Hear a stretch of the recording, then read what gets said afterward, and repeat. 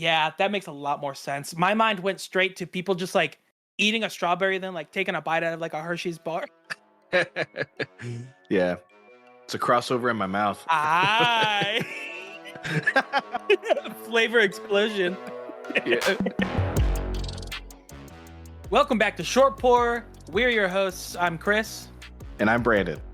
and we are continuing the season of the holiday spirits, which means that we are taking just a small detour from beer, and we're going to be doing, I guess, yeah, just Basically random anything spirits. else. Yeah, random spirits throughout the rest of the year. Just that time of the year. So today we are actually doing our first combination of two. Mm-hmm. Yeah, so any of you that were following from last time, we had a successful whiskey fest. We did come back with a few drinks from that. Two of these, the ones today are both from that. Although I will say we came back with more than just whiskey, for sure. Yeah. But today we are actually going to be drinking Tom's Town Distilling Company's double oaked bourbon whiskey. And mixing in that, we are going to be mixing in the Big O ginger liqueur. Yeah, so at their table, they had just the liqueur by itself, right? But then they did have one where they're like, but here's what, like, they mixed it with I don't even remember, was it like one of the ones next to them or something? No, one of the whiskeys? Said, well, I'm sure it was a sales tactic, but she said, here's a really cheap whiskey that we mixed it with, and it tasted great. Oh, yeah. Hence why it's on the episode. So yeah, we decided to, so that's why we came back and decided we wanted to enjoy that combination again. So for the Tom's Town double oaked bourbon, the back of the bottle is only one town in America completely ignored prohibition: Kansas City. Controlled by political boss Tom Pendergrast, money, jazz, and spirits flowed through Tom's Town. When a newspaper man asked him how he justified ignoring prohibition, Tom answered, "The people are thirsty." Tom's Town Distilling Company satisfies that same thirst today by providing premium craft spirits. Taste our high standards in every sip of gin, vodka, and bourbon made in the heart of Tom's Town. Nice. And that comes in at a 45% ABV, and it's 90 proof. Wait, didn't other people ignore prohibition too? Yes, yeah, no, I know. Okay. It didn't sound right. I was like, dude, there's no way it was just us. What are they talking about? Yeah, that didn't sound right to me. I don't know. I guess it's for the clout. Also, I was thinking about like their whole aesthetic and everything is like very, prohibition, like kind of like fonts and like stylings and stuff. It's very Art Deco. Yes. Like, surely there was like way more stuff just like going on at the same time, right? Because I feel like people always just say like, oh yeah, prohibition and like, the mob was like a thing. Yeah. You know what I mean? I feel like that's what like people always just focus on, but surely there was more, right? Yeah, because I mean it was the Roaring 20s, right? Yeah. It's just interesting that like that was like such a big deal that was like we can't drink alcohol anymore. That's what people focus on. I mean, could you imagine that being taken away today though? Yeah, like, that would be kind of wild. Way. Yeah, that would be wild. That's true. Yeah. All right, and for the Big O ginger liqueur, they say it is a premium sipping liqueur made with all natural, whole ingredients, including chopped fresh ginger.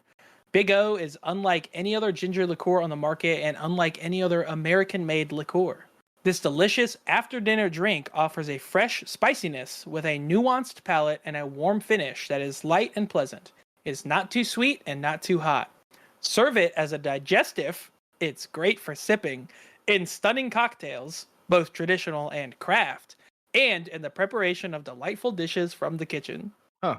So they're pretty much just like, hey, you can drink this shit whenever you want. However you want. With whatever you want. Yeah. Whenever, wherever, big boy. Big O.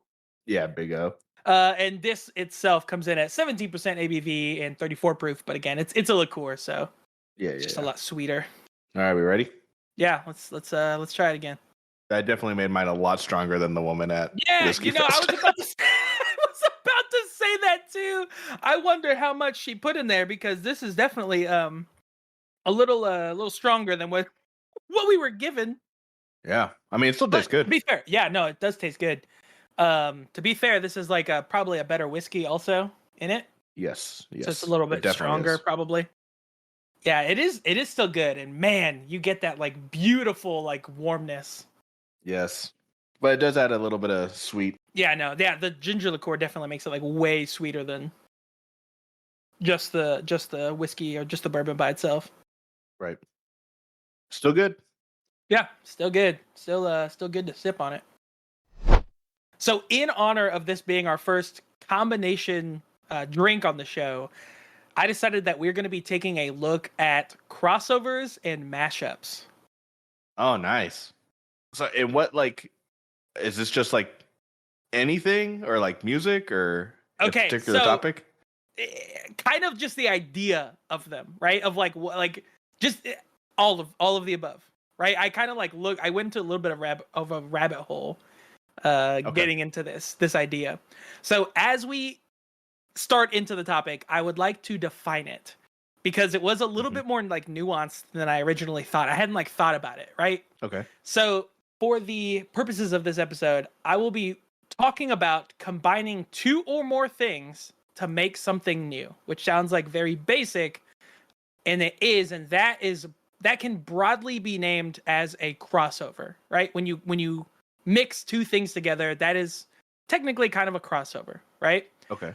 But I learned that mashups are a little bit different. Mashups is the combination or fusion of ideas or sounds. Oh. So a crossover is more concrete. A mashup is ideas or sounds. So, for example, like a song, right? If you were to take two separate songs and then like a DJ mixes them together, what would you call that?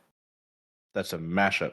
That's a mashup, right? Because it's the sounds and it's like the idea of those two things, and they're still like separately their own thing on their own, and you're just like you're combining them. They're not actually like they're mixing and overlapping, but they are still their own thing separately.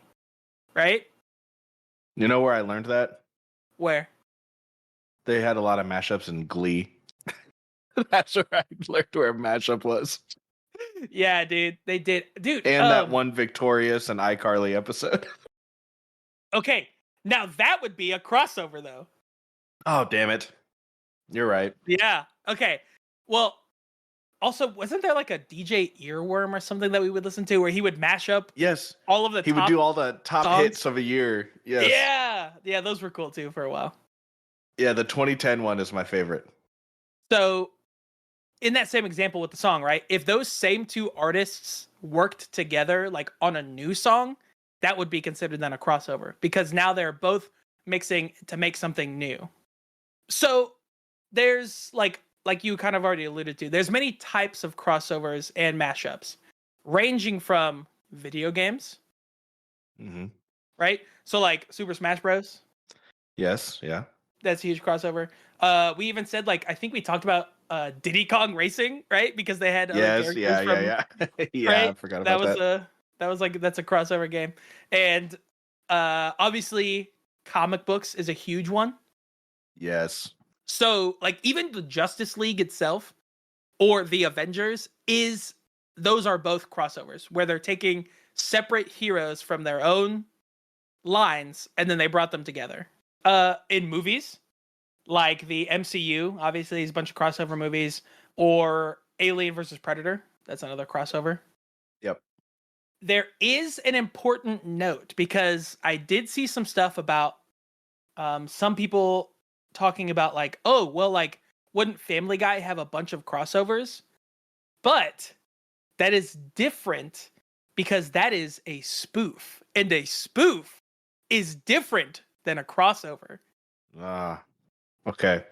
Yeah, because I learned that too, because like a spoof and like all of those things, a spoof takes the concrete character or place or, setting, whatever it is, and it makes fun of it for the sake of making fun of it, and it like usually makes them like a caricature of that character, like James Woods.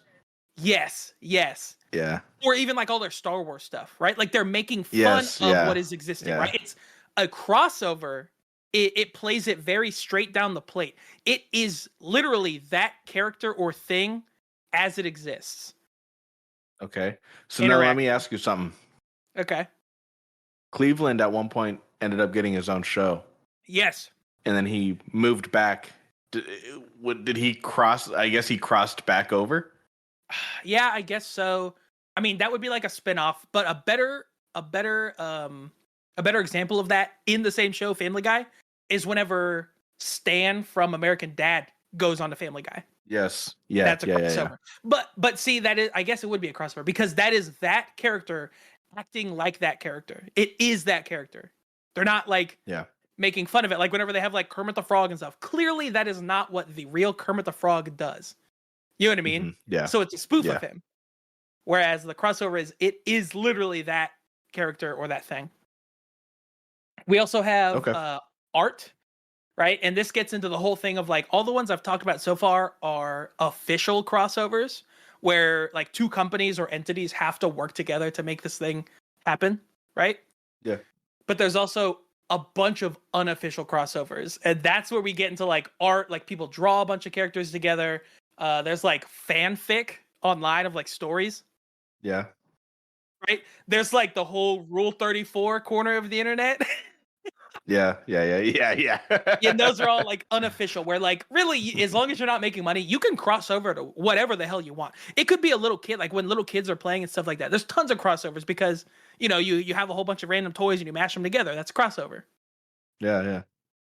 So hitting on the literature also, the first recorded popular, and I don't know exactly like what the defining term was for popular, but that's what it said.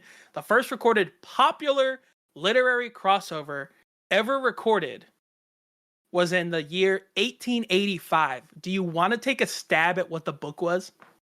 Oh boy. 1885. Like, was it like a Huck Finn and Tom Sawyer? Boom, you nailed it. Oh, let's go. The Adventures of Huckleberry Finn, because he interacts with Tom Sawyer, and it is just Tom Sawyer. Like, it's not, and you know what I mean? It's him. Yeah. So that's the first recorded popular literary crossover. Oh, nice. I feel good about that. Yeah, nice job. I feel like usually I set you up for like a lot of disappointments or failure on the random questions I ask you to take a stab at. Well, I was thinking about, the last one where I asked you, do you want to take a guess at what Cookie Monster's real name is? Like, it could have been anything. Yeah. Arnold. That was the one you found. Yeah, that was one of his aliases, so it would have been. Yeah, that was an alias, yeah. Okay, so all of those things are, of course, like intellectual property, right? Yeah. Like I said, like with toys and stuff like that, like there are many crossovers in the real world. And like you go down the rabbit hole and there's so much stuff. So like technically like there's literally things like crossover is a new version of Cars. Yes, yeah, like the like in between traditional sedan and SUV, yeah. Yeah, exactly, right? And there's like tons of other examples, but I was thinking about it and like I do feel like a cornerstone of the human experience is to just like put things together. Mm-hmm. And I think the first original crossover would have had to have been food, right? And like I feel like that is like such like a cornerstone of just being like, I don't know, like, oh man, like this plant tastes good, this plant tastes good, what if I eat them at the same time? Yeah. I mean, so when we return from this break, we're going to go through a list of the most popular food combinations ranked by the internet. But we'll be right back with that after this break. Let's take a quick break. I'm Shay. And I'm Jody. And together, we host the Rainy Day Rabbit Holes podcast, a deep dive into the misty mysteries of the Pacific Northwest. From the untold stories of eccentric pioneers to the secrets buried deep in the moss-covered forests, we take you on a not-so-serious journey through the quirky tales and hidden stories of the region. On our show, you can hear great content like... Dr. Dewey's teachings propelled Linda Hazard into a lifetime career of starving people for money under the auspices of healing. I could do that. Run a cult or both. And thoughtful insights like... I think he was abducted by a drunken lumberjack, as usual. Those drunken lumberjacks just abducting bears. It was an epidemic. From coffee pioneers Starbucks to feet on a beach and even Bigfoot, we have something for everyone. So grab your latte and hit play. Listen, learn, and laugh with Rainy Day Rabbit Holes. See you down the rabbit hole.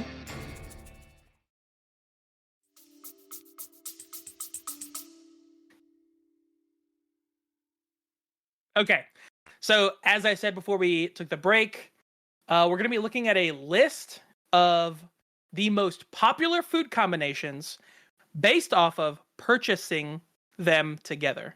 Okay. So essentially they said like, oh, generally like when they look at like what people bought at the like in their baskets, if you got this item, you'll most likely get this item as well because you are planning to eat them together. Okay. Right? So that's how they kind of came to this conclusion. Okay. So the number one, do you want to try to take a guess at any of them? There's a top six. Yeah, I do. There's a okay, hold on. There's a the list is a little spread out, right?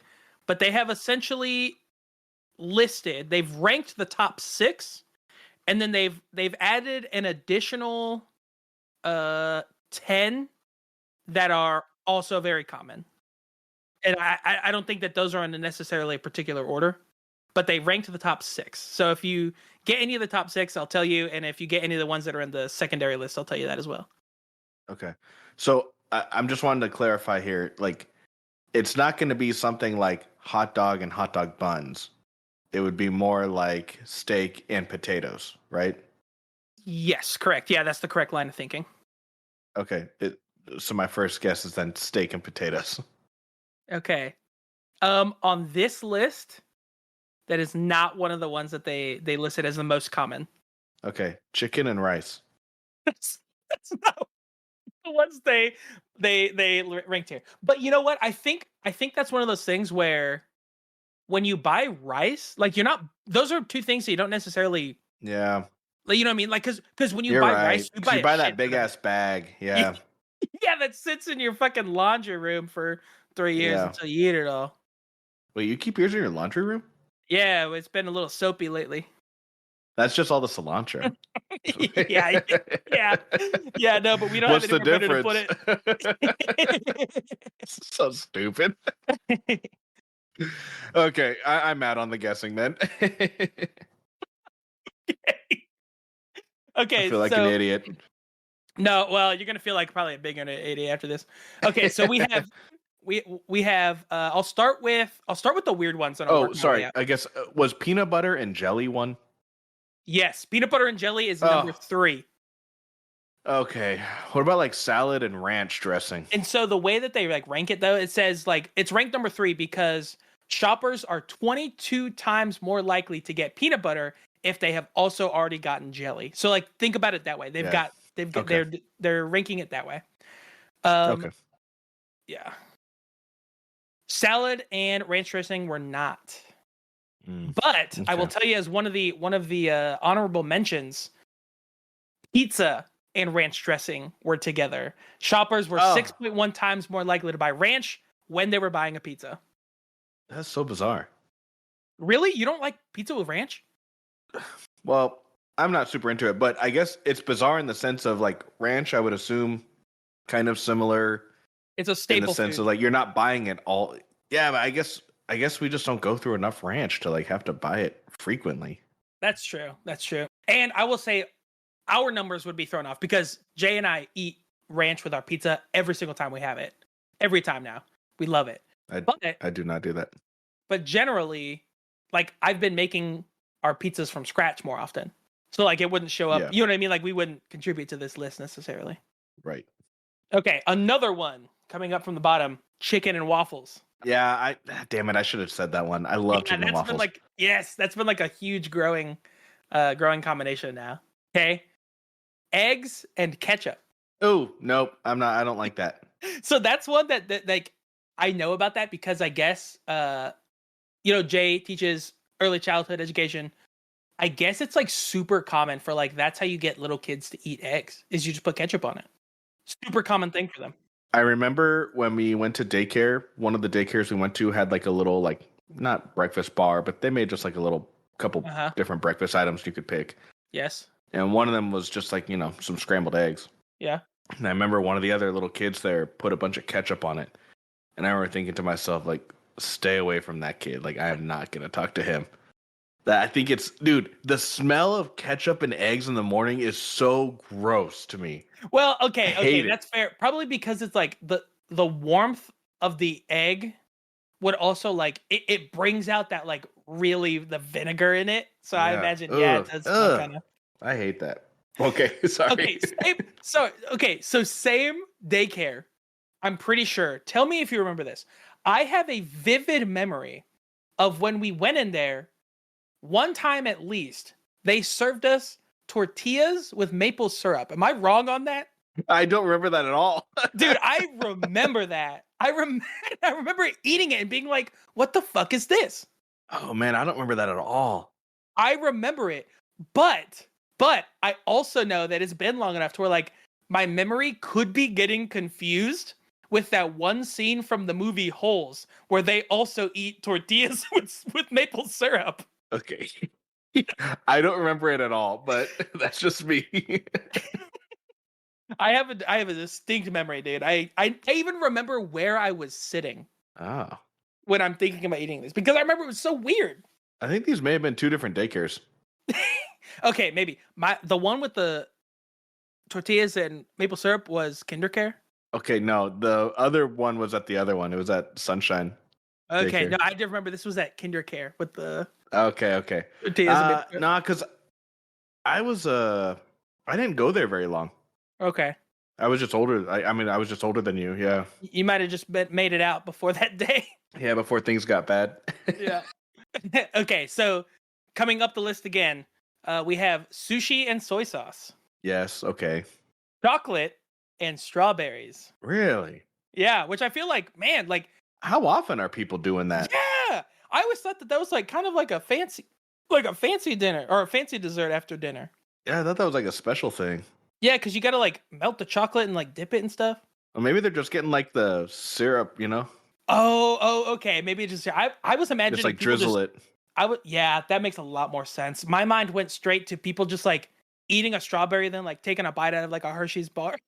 Yeah, it's a crossover in my mouth. We have flavor explosion.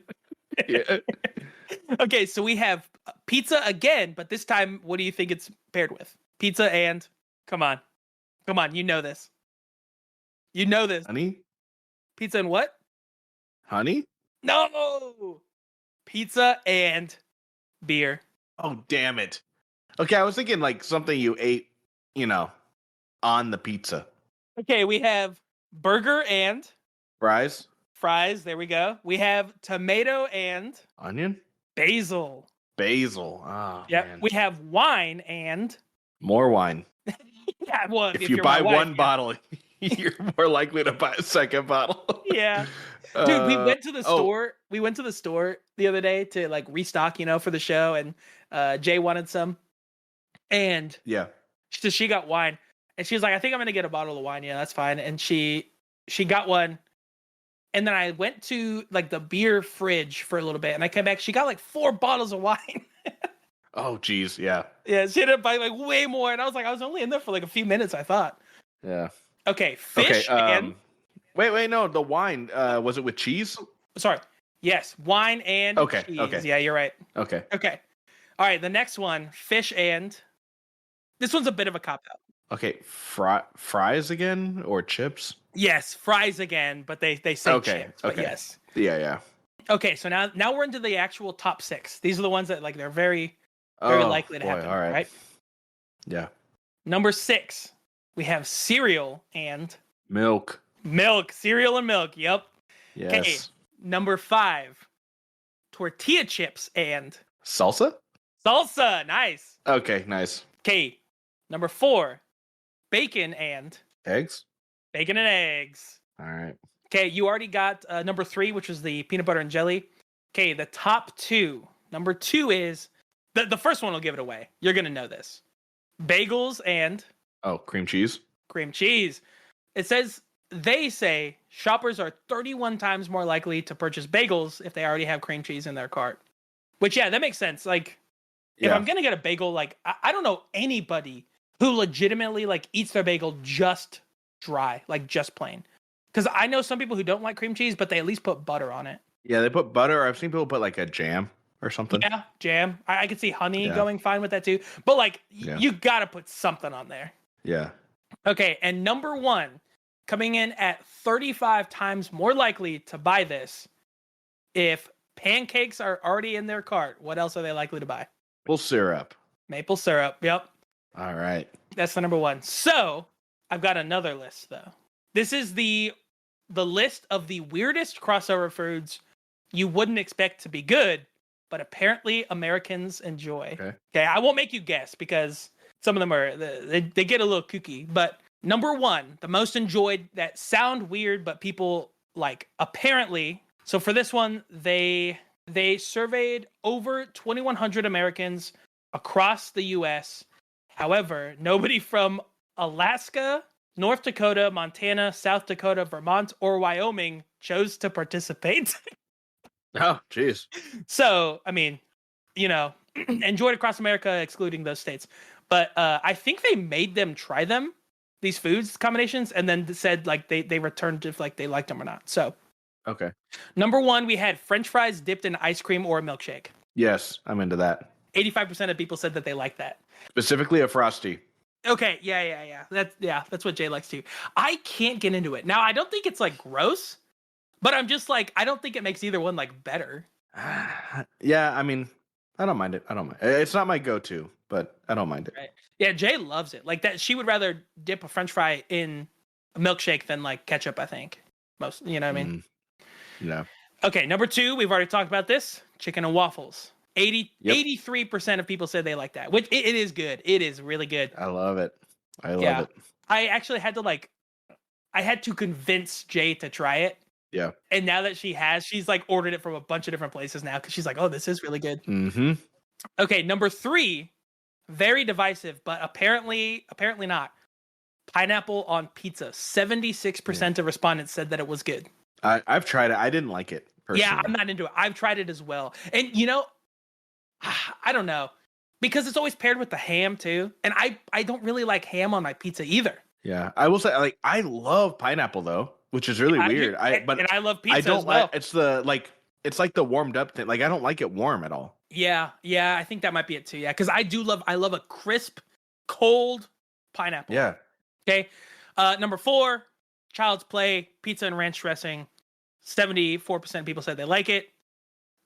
Number 5, chocolate and popcorn. Have you ever tried that? Yeah, because sometimes those like those popcorn things you can buy, like some of them have like some combination of like popcorn, with chocolate. Yeah. I've had that. I've also had like butter popcorn, but with like you were saying, like that drizzle of like chocolate syrup. That's good too. Okay, this number 6 just says chocolate and potato chips. What? Yeah, but again, like, is that melted? Or is that like eating a candy bar and then eating potato chips with it? Or is it like dipping it in melted chocolate? I don't know what that means. 69% of people said they liked it. Yeah, I don't know how you do that, but I guess I could see it being all right, though. Sweet and salty kind of thing, It's like chocolate-covered pretzels, right? Guess, it's the same kind of... Yeah, I do love chocolate-covered pretzels. Let's take a quick break. Hey, Matt. Hey, how's it going, fella? Pretty good. Have you heard of the Black Lincoln Collective podcast? I have not. Could you tell me more about them? They sound great and hilarious. Yes. It's about 3 guys that just shoot the crap and just hang out. Oh, that sounds like what I'd like to do in my spare time. Just hang out with 3 dudes I've never met before. That's right. And they make noises all the time. Where can I hear these geniuses of men with huge penises? I don't know. I think we've gone over 30 seconds. Doesn't matter. Just say the fucking website.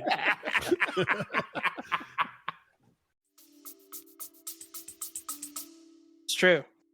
That's true. Okay. Number 7, apple pie and cheddar cheese. Oh, no. That's not right. Ew. Yeah, that does. Dude, I'm picturing like an apple pie with like one of those like craft singles that like didn't melt all the way on it. Like, oh gross. Okay. I do think that you would need to get a good cheddar. It's one you actually like shave down yourself and melt. Single. It's American cheese anyway. Yeah, you're right. Apparently, 67% of people said they like it. Oh. Okay, number 8, salt and watermelon. I can see that. I've heard that. I can see that would be. Isn't there a Boulevard quirk with like salt and watermelon? Oh, salted watermelon or something. It might. I don't remember what the watermelon one is. I feel like there's been a drink or something that is like salted watermelon. That sounds good. That's kind of like when people grill the watermelon. Yeah, I've never done that. Me either, but like, getting saltiness, salt brings out like it enhances whatever flavor's there, so that makes sense. Yeah. Okay, this one is also a little open-ended. 64% of people said that they enjoy cottage cheese and fruit. Yeah, didn't Mom and Dad used to eat it with cantaloupe all the time? Oh, yeah, you're right. Yeah. You're right, they did eat it was like a lot. And I thought it was this. Yeah, I thought it was disgusting. It was the grossest shit ever. I think cottage cheese is gross, so I just can't get past it. But yeah, I remember them doing that a lot. I can't get into it either. Yeah, I forgot about that. Okay. Also, 64% of people said that they enjoy hot sauce and popcorn, which that seems pretty. Yeah, I mean, I don't like hot. I don't like hot. I just, and it's not even that. Like, obviously, like I don't do particularly well with spicy either. But I like just the taste. Like, I don't like it. Or the smell of it. Yeah, I don't. Yeah, I don't like it. Again, I think it's really vinegar based, which we don't like. Yeah, I don't like. Okay, number 11. You're gonna say it's gross. Eggs and ketchup again. Yeah. Number 12. Peanuts and Coke. Dude, peanuts and Coca-Cola. I've heard that. People, someone, maybe that I went to college with or something. He was like from the South or like Georgia or something. But he said that people would get a bottle of Coke, drink like a chunk of it, and then he would just fill the bottle with peanuts. What? But put the peanuts in the drink. That's what he said that he did. I have no idea if that's real or if you're just like messing with me. You eat them afterwards? Yeah, I think you just like kind of eat them as they come out. Just like kind of slightly Coke flavored peanuts? Yes. What? He made it seem like that's what everyone did. I have no idea if that's true or not. I've never heard of that. That's wild if that's what people are doing down there.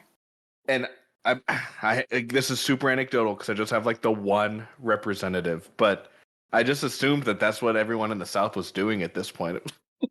Just shoving peanuts in their Coke. Oh my God, dude. Is that real? Something is rotten in the state of Georgia, man. It's called Farmer's Coke or Miner's Coke. Oh I just looked it up. Yeah, dude, it's people with like a bottle of Coke and like a third of the bottle is peanuts.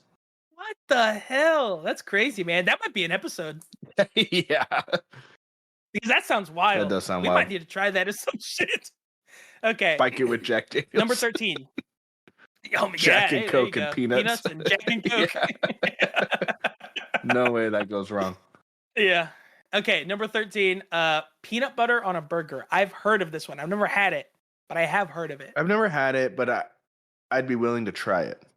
Yeah, I would be willing to try it. I mean, it's just like salty sweetness on a burger. That seems fine. Yeah. Doesn't seem that outlandish. Would you still put ketchup on it? Dude, you're right. I don't know. That would mess up the sauce ratios. Yeah, I don't. Because I'm also thinking like I love mayo on my burgers. But peanut butter and mayo sounds disgusting. Yeah. TBD on that one. You're right. You might need to do some different. Yeah, you might need to do some different sauces on there. Number 14, you're gonna absolutely hate. It's 63% of people said they like it. Vanilla ice cream and a balsamic reduction. Ooh, gross. Yeah. It's so gross, man. Oh, why are you mixing that? I know, it sounds disgusting. Cantaloupe and pepper. I don't really like cantaloupe. Really? It sounds weird to me, but yeah, I don't know. This seems like the antithesis of like the watermelon and salt, and this is like the the opposite somehow. Cantaloupe and pepper. Janky ass. Yeah. Shaky ass uncle cantaloupe and pepper. Yeah. Okay. Peanut butter and bacon. That sounds good. Yeah. It also sounds like a dog treat. Ooh, yeah, it does. Oh, yeah, it does. Okay. And you get like a peanut butter and like a good like a maple glazed bacon. That sounds delicious. Sounds great. Yeah, that would be great. Yeah, that sounds. I don't know why I haven't even tried that yet. Okay, banana and mayo. I've heard that. Dad always tried to get me to do that. I wasn't gonna do it. Dad always liked He liked bananas and Miracle Whip specifically. Oh, you're right. Yeah. Sorry. Yeah. I Right. You're right. hate Miracle Whip. I don't But hate it's the it, same. but It's got the same energy. yeah. Got the same energy. Number 18, peanut butter in a pickle. No. Well, but I don't like pickles. I can't imagine that I would like that either. I don't know. Okay. These are the ones that like starting to get to where people are pretty like, I don't know about that one. Okay. 54% of people said they enjoyed it.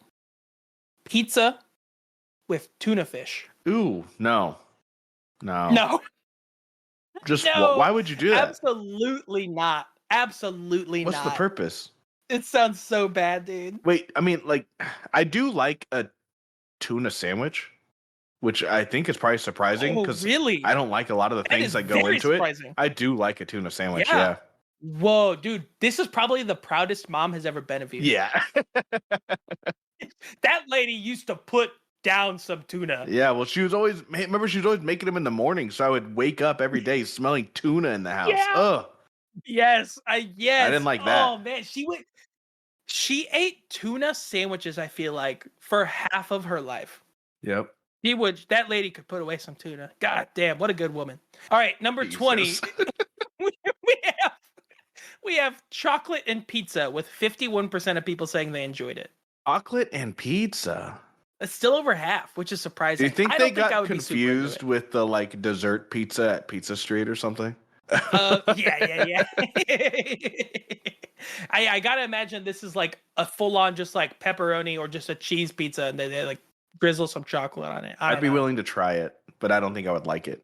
Yeah, I think I would be like, yeah, like it's okay, but like I wouldn't like want it. I just don't want that. You know what I mean? combo. Like I'd be like, it's fine. Yeah. Okay, and the last one with only 43% of people saying that they enjoyed it was Oreos and orange juice. That sounds so bad. I think I used to do that. No way. Well, I don't think I didn't like dip it in there. Not. But I'm positive that I like would eat Oreos and drink orange juice with it because we were out of milk or something. So gross. What's wrong with that? No, man. You know what? Actually, I'm pretty confident I used to dip my cookies in juice. That's so gross. Now, the one thing that it was like more like apple juice, I think, but it makes them super, super sweet.